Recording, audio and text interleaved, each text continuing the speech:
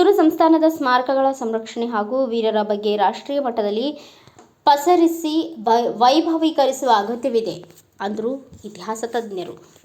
ಬೆಳಗಾವಿ ಜಿಲ್ಲೆಯ ಕ್ರಾಂತಿ ನೆಲ ಕಿತ್ತೂರಿನ ಕಲ್ಮಠದಲ್ಲಿ ಕಿತ್ತೂರು ರಾಣಿ ಚೆನ್ನಮ್ಮ ಸಂಶೋಧನಾ ಸಂಸ್ಥೆ, ಪುರಾತತ್ವ ವಸ್ತು ಸಂಗ್ರಹಾಲಯಗಳು ಮತ್ತು ಪರಂಪರೆ ಇಲಾಖೆ ಹಾಗೂ ಇತಿಹಾಸ ಮತ್ತು ಪ್ರಾಚ್ಯ ವಸ್ತು ವಿಭಾಗ, ಕರ್ನಾಟಕ ವಿಶ್ವವಿದ್ಯಾಲಯ ಧಾರವಾಡ ಇವರ ಸಹಯೋಗದಲ್ಲಿ ವಿಶ್ವ ಪರಂಪರೆ ಸಪ್ತಾಹದ ಅಂಗವಾಗಿ ಪಾರಂಪರಿಕ ನಡಿಗೆ ಹಾಗೂ ಒಂದು ದಿನದ ರಾಷ್ಟ್ರೀಯ ವಿಚಾರ ಸಂಕಿರಣವು ಗೌರವಾಧ್ಯಕ್ಷರಾದ ರಾಜಗುರು ಸಂಸ್ಥಾನ ಮಡಿವಾಳ ರಾಜಯೋಗೇಂದ್ರ ಸ್ವಾಮೀಜಿಯವರ ದಿವ್ಯ ಸಾನ್ನಿಧ್ಯದಲ್ಲಿ ಕಿತ್ತೂರು ಶಾಸಕ ಬಾಬಾ ಸಾಹೇಬ್ ಪಾಟೀಲ್ರ ಅಮೃತ ಹಸ್ತದಿಂದ ಉದ್ಘಾಟನೆ ಮಾಡಲಾಯಿತು. ರಾಷ್ಟ್ರೀಯ ವಿಚಾರ ಸಂಕಿರಣದಲ್ಲಿ 58 ಪ್ರಬಂಧಗಳಲ್ಲಿ ಸುಮಾರು 40 ಇತಿಹಾಸ ಸಂಶೋಧಕರು ಪಾಲ್ಗೊಂಡಿದ್ದರು. ವಿಶೇಷವಾಗಿ ನಾನಿವತ್ತು ಮಾನ್ಯ ಪ್ರವಾಸೋದ್ಯಮ ಇಲಾಖೆ ಸಚಿವರಿಗೆ ಮತ್ತೆ ಪ್ರಾಚ್ಯವಸ್ತು ಇಲಾಖೆ ಕೇಂದ್ರ ಸರ್ಕಾರ ಮತ್ತೆ ರಾಜ್ಯ ಸರ್ಕಾರದ ಎಲ್ಲ ಅಧಿಕಾರಿಗಳಿಗೆ, ಸಚಿವರುಗಳಿಗೆ, ಸಂಬಂಧಪಟ್ಟ ಇಲಾಖೆ ಪ್ರತಿನಿಧಿಗಳಿಗೆ ನಾವು ಮನವಿ ಮಾಡೋದೇನಪ್ಪ ಅಂತಂದ್ರೆ, ಈ ದೇಶದ ಒಂದು ರೀತಿ ಸ್ವತಂತ್ರ ಹೋರಾಟದಲ್ಲಿ ಸಾಕಷ್ಟು ಕೊಡುಗೆ ಕೊಟ್ಟಿರ್ತಕ್ಕಂಥ ಪ್ರಮುಖ ಒಂದು ರೀತಿ ಸಂಸ್ಥಾನಗಳಲ್ಲಿ ನಮ್ಮ ಕಿತ್ತೂರು ಸಂಸ್ಥಾನ ಸಹ ಒಂದು. ಸಾಕಷ್ಟು ಎಲ್ಲ ಸಂಸ್ಥಾನಗಳಿಗೂ ನೀವು ಪ್ರಾಶಸ್ತ್ಯ ಕೊಡ್ತೀರಾ ಅಲ್ಲಿರ್ತಕ್ಕಂಥ ಉತ್ಖನನಗಳಿಗೆ ಮತ್ತೆ ಎಲ್ಲದಕ್ಕೆ. ಆದರೆ ನಮ್ಮ ಕಿತ್ತೂರು ಸಂಸ್ಥಾನ ಅಂತಕ್ಕಂಥದ್ದು ಪ್ರಮುಖ ಸ್ಥಾನ ಪಡೆಯುತ್ತೆ ಸ್ವತಂತ್ರ ಹೋರಾಟದಲ್ಲಿ. ಮತ್ತೆ ಸಂಸ್ಥಾನದ ಅರಸರು ಸಹ ಅವ್ರದೇ ಆದ ರೀತಿಯಲ್ಲಿ ಸಾಕಷ್ಟು ಸ್ಮಾರಕಗಳಿದ್ದಾವೆ. ಪ್ರಸ್ತುತವರೆಗೂ ಸಹ ಎಲ್ಲೋ ಒಂದ್ ಕಡೆ ನಮ್ಮ ಬೇರೆ ಕಡೆ ಕಂಪೇರ್ ಮಾಡಿದ್ರೆ ನಮ್ಮ ಕಿತ್ತೂರು ಸಂಸ್ಥಾನಗಳ ಸ್ಮಾರಕಗಳಿಗೆ ಸಂಬಂಧಿಸಿದಂತೆ ಸಾಕಷ್ಟು ತಾರತಮ್ಯ ಆಗಿದೆ ಸರ್.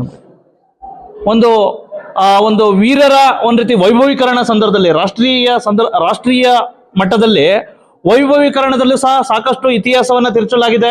ನಮ್ಮ ವೀರರನ್ನ ಒಂದು ರೀತಿ ಮರೆಮಾಚಲಾಗಿದೆ. ಜೊತೆಗೆ ಹಲವಾರು ಸ್ಮಾರಕಗಳಿದಾವೆ. ಬರೇ ಕಿತ್ತೂರು ಅಭಿವೃದ್ಧಿ ಪ್ರಾಧಿಕಾರ ಅಂತ ಮಾಡ್ಬಿಟ್ರು ಇವರು. ಆದ್ರೆ ಕಿತ್ತೂರು ಅಭಿವೃದ್ಧಿ ಪ್ರಾಧಿಕಾರ ಬರೇ ಆ ಉತ್ಸವ ಮತ್ತೆ ಬರೀ ಕಿತ್ತೂರು ಮಾತ್ರ ಸೀಮಿತ ಆಗಿದೆ. ಪರಂತು ಕಿತ್ತೂರು ಅಭಿವೃದ್ಧಿ ಪ್ರಾಧಿಕಾರ ಬೇರೆ ಬೇರೆ ಕಡೆ ಎಲ್ಲ ಸ್ಮಾರಕಗಳಿದಾವೆ. ಅವಕ್ಕೆಲ್ಲ ಒಂದ್ಸಲನೂ ಉತ್ಖನನಕ್ಕೆ ಕೈ ಹಾಕಿಲ್ಲ ಪ್ರಾಚ್ಯವಸ್ತು ಇಲಾಖೆ ಮತ್ತೆ ಇವು. ಈ ರೀತಿ ಆಗ್ಬಿಟ್ರೆ ಯಾಕೆ? ದಯವಿಟ್ಟು ಮನೆ ಸಂಸದರಿಗೆ ಮನೆ ಪ್ರಶ್ನೆ ಮಾಡಿದೆ. ಇಲ್ಲ ನಾವು ನಮ್ಮ ಸಂದರ್ಭದಲ್ಲಿ ಕೊಟ್ಟಿದ್ದೀವಿ ನಾವು ಅಂತ ಹೇಳ್ಬಿಟ್ಟು ಸಂಸದರು ಹೇಳಿದ್ರು. ಹಾಗಾಗಿ ದಯವಿಟ್ಟು ನೀವು ಎಲ್ಲದಕ್ಕೂ ಎಷ್ಟು ನೀವು ಪ್ರಿಫರೆನ್ಸ್ ಕೊಡ್ತೀರೋ, ಪ್ರಾಶಸ್ತ್ಯ ಕೊಡ್ತೀರೋ, ಅದೇ ರೀತಿ ನಮಗೂ ಕಿತ್ತೂರು ಸಂಸ್ಥಾನಕ್ಕೂ ಕೊಡಿ. ಯಾಕಪ್ಪ ಅಂದ್ರೆ ಇಲ್ಲಿ ಇರ್ತಕ್ಕಂಥವರೆಲ್ಲ ಯಾರೋ ಇವರಲ್ಲ, ಎಲ್ಲ ಗೌರವಾನ್ವಿತ ಸಾಹಿತಿಗಳು, ಬರಹಗಾರರು ಮತ್ತೆ ಇತಿಹಾಸ ತಜ್ಞರು ಮತ್ತೆ ಅವ್ರದೇ ಆದ ಚಿಂತನೆಗಳನ್ನು ಹೊಂದಿದ್ದಾರೆ. ಇಷ್ಟೆಲ್ಲ ಯಾಕಪ್ಪ ಅಂದ್ರೆ ಕಿತ್ತೂರು ಉತ್ಸವ ಮೊದಲು ಒಂದು ಜಿಲ್ಲಾ ಮಟ್ಟದಲ್ಲಿ ಇತ್ತು, ರಾಜ್ಯ ಮಟ್ಟ ಆಯ್ತು, ಈಗ ಒಂದ್ ರೀತಿ ರಾಷ್ಟ್ರೀಯ ಮಟ್ಟದಲ್ಲಿ ವೈಭೀಕರಣ ಆದಾಗ ಯಾಕೆ ಕಿತ್ತೂರು ಸಂಸ್ಥಾನದ ಸ್ಮಾರಕಗಳಿಗೆ ಮತ್ತೆ ಇಲ್ಲಿರ್ತಕ್ಕಂಥ ವೀರರ ಬಗ್ಗೆ ವೈಭೀಕರಣ ಆಗ್ತಾ ಇಲ್ಲ ಅಂತಕ್ಕಂಥದ್ದು ನನ್ನ ಪ್ರಶ್ನೆ. ಹಾಗಾಗಿ ಮುಂಬರ್ತಕ್ಕಂಥ ದಿನಗಳಲ್ಲಿ ದಯವಿಟ್ಟು ಈ ರೀತಿ ತಾರತಮ್ಯ ಆಗಬಾರ್ದು ಅಂತ ಹೇಳ್ಬಿಟ್ಟು ಇದನ್ನ ನಾನು ಟ್ವೀಟ್ ಮಾಡ್ತೀನಿ. ನಮಸ್ಕಾರ, ಥ್ಯಾಂಕ್ ಯು. ಈಗ ಇವ್ರ ಜೊತೆ ಚರ್ಚೆ ಮಾಡೋಣ. ಸರ್ ನಮಸ್ತೆ. ಕಿತ್ತೂರು ಸಂಸ್ಥಾನದ ವೀರರ ಮತ್ತೆ ಸ್ಮಾರಕಗಳ ಬಗ್ಗೆ ಸಾಕಷ್ಟು ಒಂದ್ ರೀತಿ ತಾವು ಪುಸ್ತಕಗಳನ್ನ ಹೊರತಾಗ ಹೊಂದಿದ್ದೀರಾ. ಎಲ್ಲ ಒಂದ್ ಕಡೆ ಇಲ್ಲಿವರೆಗೂ ಸಹ ಸಾಕಷ್ಟು ಒಂದ್ ರೀತಿ ದ್ವಂದ್ವ ನಿಲುವುಗಳಿದಾವೆ. ಯಾಕೆ ಸರ್ ಮುಂಬರ್ತಕ್ಕಂಥ ಬಗೆಹರಿಬೋದಾ? ನೋಡಿ, ಈವರೆಗೆ ಕಿತ್ತೂರು ಸಂಸ್ಥಾನ ಕುರಿತು ಸರ್ ಹೇಳಿದ ಹಾಗೆ 60-70 ಕೃತಿಗಳು ಕನ್ನಡದಲ್ಲಿ ಬಂದಿದ್ದಾವೆ. ಆದ್ರೂ ಕೂಡ ಕಿತ್ತೂರು ಸಂಸ್ಥಾನದ ಇತಿಹಾಸ ಸ್ಪಷ್ಟ ಇಲ್ಲ, ಸಮಗ್ರವೂ ಇಲ್ಲ. ಅದಕ್ಕೆ ಪ್ರಮುಖ ಕಾರಣ ಅಂತ ಕೇಳಿದ್ರೆ, ನಾವು ಕಿತ್ತೂರನ್ನ ಒಳಗೊಂಡ ಹಾಗೆ ಕಿತ್ತೂರು ಸುತ್ತಮುತ್ತಲಿನ ಹಳ್ಳಿಗಳಲ್ಲಿ ಕ್ಷೇತ್ರ ಕಾರ್ಯ ಮಾಡಿಲ್ಲ ಸರಿಯಾದ ರೀತಿಯಲ್ಲಿ, ಅರ್ಥದಲ್ಲಿ. ಹಾಗೇನೇನು ಉತ್ಖನನ ಕಾರ್ಯ ಕೂಡ ಮಾಡಿಲ್ಲ, ಕ್ಷೇತ್ರ ಕಾರ್ಯನೇ ಮಾಡಿಲ್ಲ, ಉತ್ಖನನೇ ಮಾಡಿಲ್ಲ. ಒಬ್ರು ಬರೆದದ್ದನ್ನ ಮತ್ತೊಬ್ರು ಹಾಗೇನೆ ಹೇಳ್ತಾ ಬರಿತಾ ಹೋಗೋದ್ರಿಂದ ಇತಿಹಾಸ ಸ್ಪಷ್ಟ ಆಗ್ತಾ ಇಲ್ಲ, ಅರ್ಥಪೂರ್ಣವೂ ಆಗ್ತಾ ಇಲ್ಲ. ಆದರೆ ಈಗ ಸೇರಿರತಕ್ಕಂಥ ಇತಿಹಾಸದ ಪ್ರಾಧ್ಯಾಪಕರು ಮತ್ತು ಇತಿಹಾಸ ತಜ್ಞರು ಕಿತ್ತೂರಿನ ಬಗ್ಗೆ, ಸಂಸ್ಥಾನದ ಬಗ್ಗೆ ಆಡತಕ್ಕಂಥ ಮಾತುಗಳನ್ನು ನೋಡಿದ್ರೆ ಅವರ ಮಾತುಗಳು ಎಲ್ಲ ವಾಸ್ತವ ಅಂತ ಅನಿಸ್ತದೆ. ಅವರೆಲ್ಲ ಮುಂದಾದರು ಅಂತ ಕೇಳಿದ್ರೆ, ಕ್ಷೇತ್ರ ಕಾರ್ಯ ಮಾಡಿದ್ರೆ ಮತ್ತೆ ಉತ್ಖನನ ಮಾಡಿದ್ರೆ, ನಾವು ಹಿಂದೆನೂ ಕೂಡ ಹೇಳಿದ್ದೀವಿ ಮುಖ್ಯಮಂತ್ರಿಗಳಿಗೆ ಉತ್ಖನನ ಮಾಡಬೇಕು ಅಂತ ಕೇಳಿ. ಹಿಂದಿನ ಕಿತ್ತೂರಿನ ಉತ್ಸವದ ಸಂದರ್ಭದಲ್ಲಿ ಉತ್ಖನನ ಮಾಡಿಸ್ತೇನೆ ಮುಂದಿನ ಉತ್ಸವದ ಸಂದರ್ಭದಲ್ಲಿ ಅಂತ ಹೇಳಿದ್ರು, ಆದರೆ ಮಾಡಲಿಲ್ಲ. ಆಗ್ಲೂ ಕೂಡ ನಾವು ಅವರಿಗೆ ಬೆನ್ನಹತ್ತಿ ಮಾತನಾಡಿದೀವಿ. ಏನು ಪತ್ರಿಕೆನಲ್ಲಿ ಕೂಡ ಬಂದಿತ್ತು, ಉತ್ಖನನ, ಕಿತ್ತೂರು ಉತ್ಖನನ ಮರೆತ ಮುಖ್ಯಮಂತ್ರಿ ಅಂತ ಹೇಳಿ ಅವರ ಗಮನಕ್ಕೂ ಕೂಡ ತಂದಿವಿ. ಅದನ್ನು ಮಾಡೋದಕ್ಕಾಗಲಿಲ್ಲ. ಹಾಗಾಗಿ ಉತ್ಖನನ ಆಗಬೇಕು, ಕ್ಷೇತ್ರ ಕಾರ್ಯ ಆಗಬೇಕು. ಇದೆಲ್ಲದರ ಮೂಲಕವಾಗಿ ನಾವೆಲ್ಲ ಸೇರಿಕೊಂಡು ಅಧಿಕೃತವಾಗಿರತಕ್ಕಂಥ ಒಂದು ಇತಿಹಾಸ ಕನ್ನಡದಲ್ಲಿ ಕಟ್ಟಬೇಕು. ಆ ಇತಿಹಾಸವನ್ನು ಇಂಗ್ಲಿಷಿಗೆ ತರ್ಜುಮೆ ಮಾಡ್ಬೇಕು ಸರ್ ಹೇಳಿದ ಹಾಗೆ. ಹಾಗೆ ಮಾಡಿದ್ವಿ ಅಂತ ಕೇಳಿದ್ರೆ, ಝಾನ್ಸಿ ರಾಣಿ ಲಕ್ಷ್ಮೀಬಾಯಿಗೆ ಸಿಕ್ಕಂತ ಸ್ಥಾನ ನಮ್ಮ ರಾಣಿ ಕಿತ್ತೂರ ಚೆನ್ನಮ್ಮನಿಗೂ ಕೂಡ ಖಂಡಿತವಾಗಿ ಸಿಕ್ಕೇ ಸಿಗ್ತದೆ ಅಂತಕ್ಕಂಥದ್ದು ನನ್ನ ನಿಲುವು. ಧನ್ಯವಾದ. ಓಕೆ, ಈಗ ಒಣ್ಣೂರು ಬಗ್ಗೆ ನಾನು ಮಾತಾಡೋದಾದ್ರೆ, ನಾನು ಇದೇ ಒಂದು 201ನೇ ಕಿತ್ತೂರೋತ್ಸವ ನಡೆದು ಇಂಥ ಸಂದರ್ಭದಲ್ಲಿ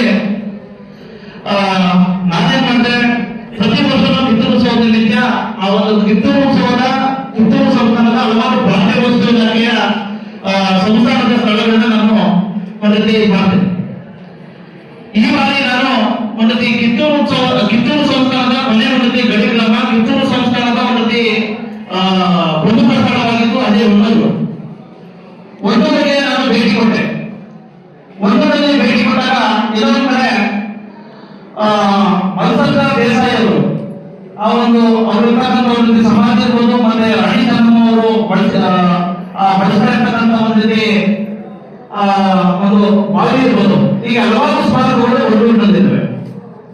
1816ರಲ್ಲಿ ಮಲ್ಸಂದ್ರ ದೇಸಾಯಿ ಅವರು ಒಂದು ರೀತಿ ತೀರ್ಕೊಂಡ ನಂತರ ಇನ್ನೊಂದು ಕಡೆ ಸಾಕಷ್ಟು ಈ ಬಗ್ಗೆ ಸಾಕಷ್ಟು ಇತಿಹಾಸ, ಒಂದು ರೀತಿ ಸ್ಮಾರಕಗಳ ಬಗ್ಗೆ ಸಾಕಷ್ಟು ಸಂಕೀರ್ಣಗಳು ನಡೆದಿದ್ದಾವೆ. ದಯವಿಟ್ಟು ಇದನ್ನೆಲ್ಲ ಗಮನಿಸಬೇಕು. ಸಾಕಷ್ಟು ದಿನೇ ದಿನೇ ಒಂದು ಇತಿಹಾಸ ಗಳಲ್ಲಿ ಕಿತ್ತೂರು ಅರಮನೆ ಸಂಕೀರ್ಣದ ಕುರಿತು ಮಾತನಾಡಿರುವಂತಹ doctor S K Vasudev sir ಅವರಿಗೆ ತುಂಬು ಹೃದಯದ ಧನ್ಯವಾದಗಳು.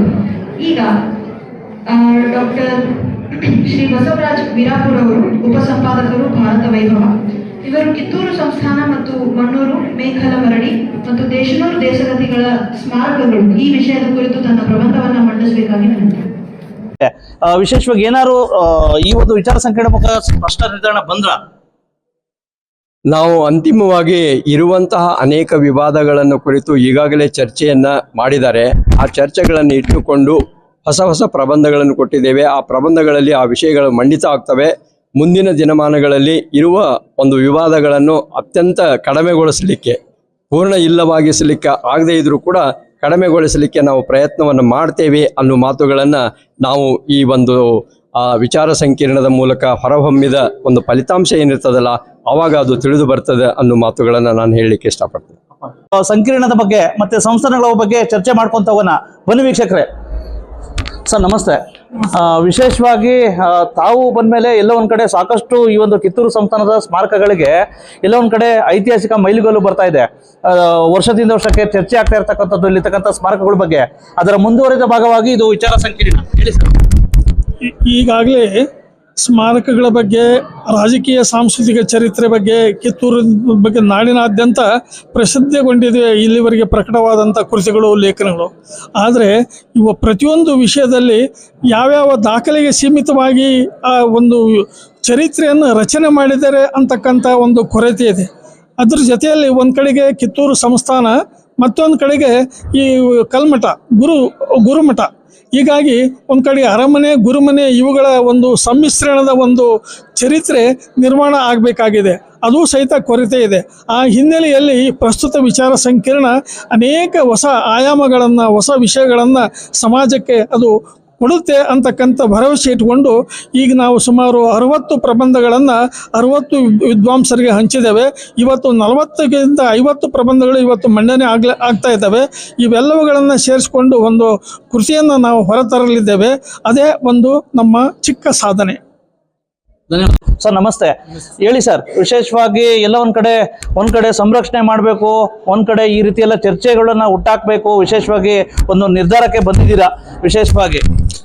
ಖಂಡಿತ. ಈ ಒಂದು ವಿಚಾರ ಸಂಕಿರಣದ ಮೂಲಕ ಮುಂಬರುವಂತಹ ಸಂಶೋಧಕರಿಗೆ ಈ ವಿಚಾರದ ಕುರಿತು, ಅಂದರೆ ಸಂಶೋಧನೆ ಕುರಿತು ಕಿತ್ತೂರು ಸಂಸ್ಥಾನದ, ವಿಶೇಷವಾಗಿ ಕಿತ್ತೂರು ಸಂಸ್ಥಾನದ ಒಂದು ಸ್ಮಾರಕಗಳಾಗಿರ್ಬೋದು, ಇತಿಹಾಸ ಅದನ್ನು ತಿಳಿಸುವಂಥ ಪ್ರಯತ್ನವನ್ನು ಮತ್ತು ಚರ್ಚಿಸುವಂಥ ಪ್ರಯತ್ನವನ್ನು. ಯಾಕಂದರೆ ಕೆಲವೊಂದು ಗೊಂದಲಗಳಿವೆ, ವಿವಾದಗಳಲ್ಲ, ಗೊಂದಲಗಳಿವೆ.